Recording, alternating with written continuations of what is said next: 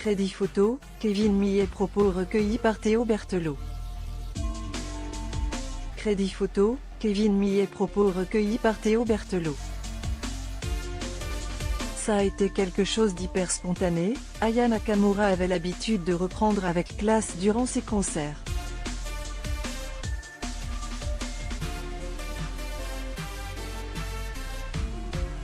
Quand j'ai appris ça, ça m'a beaucoup touché. Je me rappelle avoir fait un coucou dans l'émission Click, pour dire à quel point elle était importante sur la scène en tant que jeune fille noire avec le succès qu'elle a eu, ce qu'elle symbolise. Trinix, je les connaissais que de nom. Dès qu'ils trouvent un live ou un a cappella qui traîne, ils réalisent quelque chose.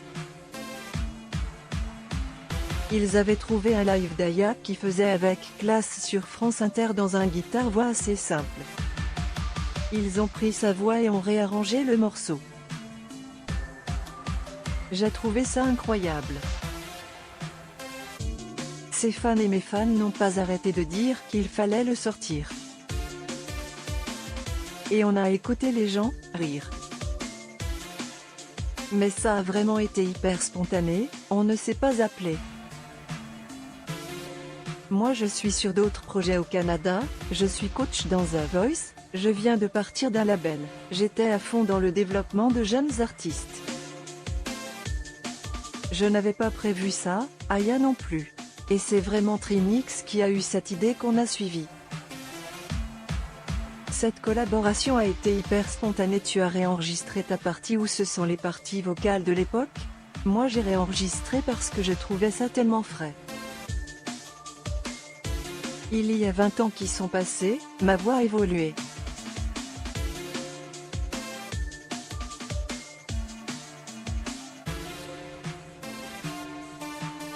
Alors qu'Aya c'est différent, c'est un live qu'elle a enregistré il y a 1 ou 2 ans. Sa voix est exactement la même, c'est celle qu'on connaît. Donc je me suis dit, tant qu'à faire un morceau, je vais refaire ma partie.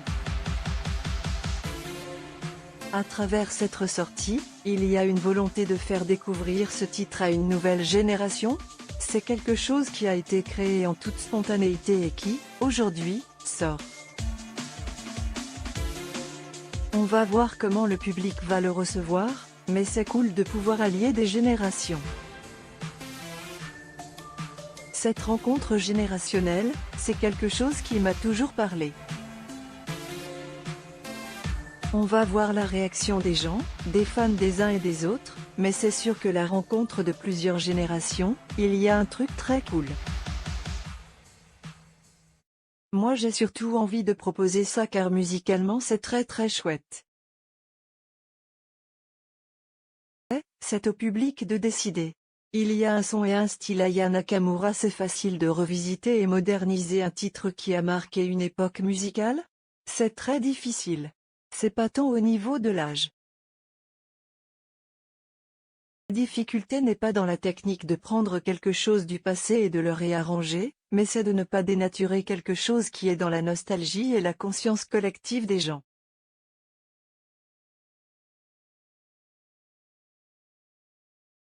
C'est la force de la chanson, c'est une photo audio d'une époque. Généralement, c'est dur de se détacher des versions originales, c'est pour ça que je suis toujours un peu frileux sur les reprises de mes titres, car une partie de moi veut laisser ça où c'est. Là pour le coup, comme ça ne venait pas de moi, il y avait une distance.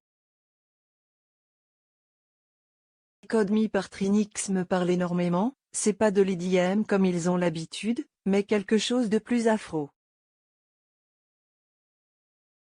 Ont vraiment respecté l'esprit de la version originale.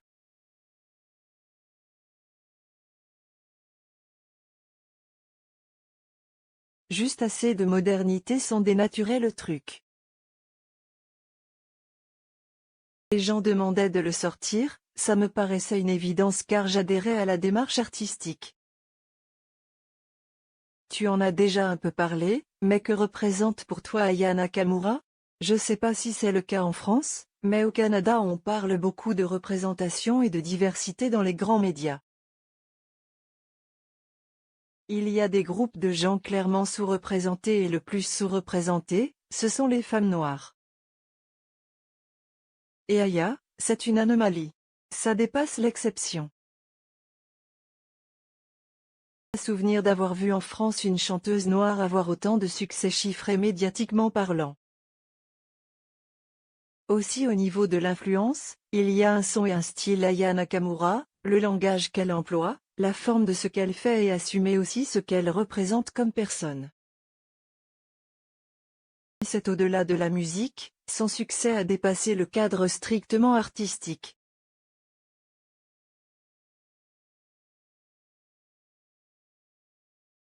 Elle symbolise un espoir pour toutes les jeunes filles, pas que noires. Le player Dailymotion est en train de se charger. Puis ce serait cohérent, puisque comme tu l'as dit, je fais partie d'une autre génération. Mon premier album a marqué une génération de gens qui ont mon âge. Mon premier album a marqué une génération de gens qui ont mon âge. Cette transmission me touche beaucoup.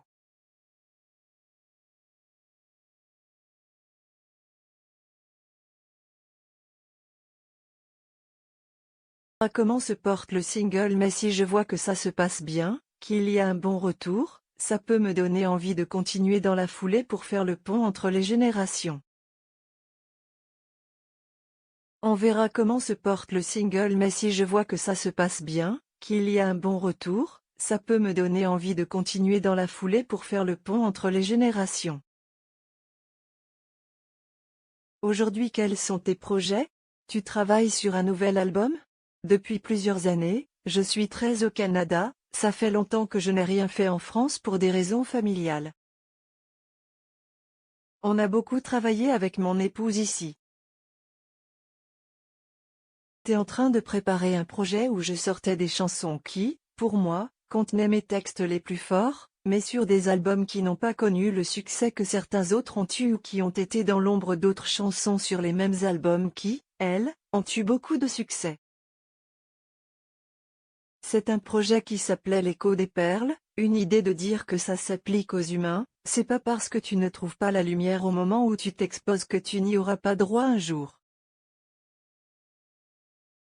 Elle est peut-être juste un peu en avance sur son temps.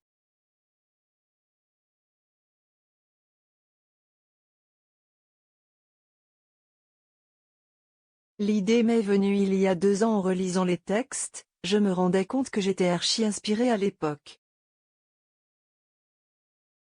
Les thèmes sont encore d'actualité, ce sont des chansons qui se remettent très facilement au goût du jour et c'est là-dessus que je bossais. C'était une sortie que j'allais surtout travailler pour le Canada.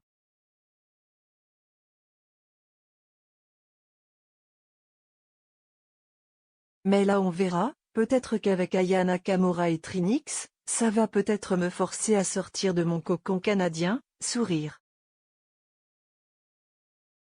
Je suis un peu frileux sur les reprises de mes titres. Tu aurais envie de faire un autre duo avec Aya Nakamura sur un inédit? Ah bah ouais, carrément. Au-delà de tout ce que je viens dire, je trouve qu'artistiquement et vocalement, elle a une vraie signature. T'entends Aya, tu sais que c'est elle.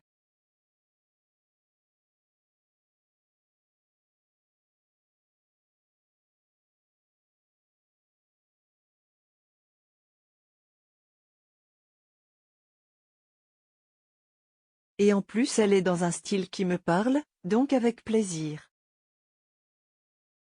Il y a une tendance à l'agisme, il faut rester éternellement jeune, il y a un retour du R. Cette pression de vouloir être dans les codes de la nouvelle génération, ça n'a pas de sens, on a le droit de grandir et d'évoluer. Ce que je trouve cool, c'est que quand la nouvelle génération sample des chansons de ma génération, c'est une validation à l'importance et à la pertinence de ce qu'on a fait. De la même façon de ce qu'a fait le hip-hop par le passé.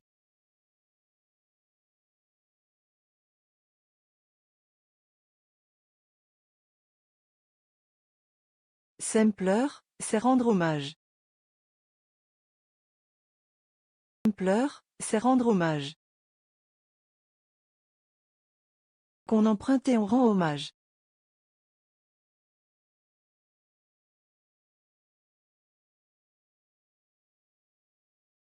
J'adore cette démarche, c'est une façon de pallier à cet agisme qui touche toutes les sphères de nos expériences humaines. C'est une belle façon de rendre hommage aux anciens et en musique, quand ça marche, c'est très bien. Même dans la pop, on ramène au goût du jour des chansons d'Elton John. Ça me parle beaucoup, surtout de faire le pont entre les générations. Avais déjà approché pour qu'on sample un de tes titres? C'est arrivé fréquemment. Des fois, ce n'était peut-être pas abouti, mais ça passait quand même. C'est déjà arrivé qu'il y ait des reprises de Avec classe ou Parce qu'on vient de loin sur les réseaux sociaux. Je me rappelle de Attic qui avait fait une version super cool de Comme un fils. La Star Academy avait fait il y a longtemps une version de Parce qu'on vient de loin. La Star Academy avait fait il y a longtemps une version de Parce qu'on vient de loin. Mais pas de sample. J'ai pas le souvenir d'avoir eu un vrai sample, où ils ont repris un morceau d'un de mes anciens titres. Cette transmission entre générations me touche. Tu fais The Voice, tu as participé à Danse avec les stars. Tu te verrais participer à une émission comme Masked Singer? The Voice c'est très particulier, c'est ce que j'ai toujours dit que j'aimerais faire, en dehors de ma propre musique. Encore plus que faire de la musique pour moi ou monter sur scène, ce que j'aime c'est le mentorat d'autres artistes.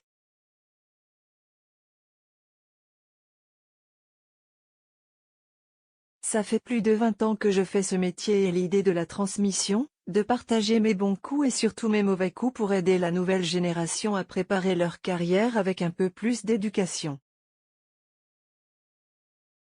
The Voice, c'est l'endroit rêvé pour quelqu'un qui veut être dans le mentorat et pour permettre à un jeune artiste de faire un cours accéléré de la musique avec des moyens, mais aussi énormément de pression. C'est probablement le truc que j'ai le plus kiffé dans ma vie. The Voice c'est une exception.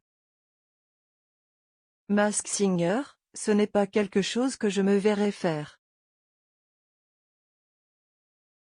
Je ne pense pas que j'aurai le même plaisir.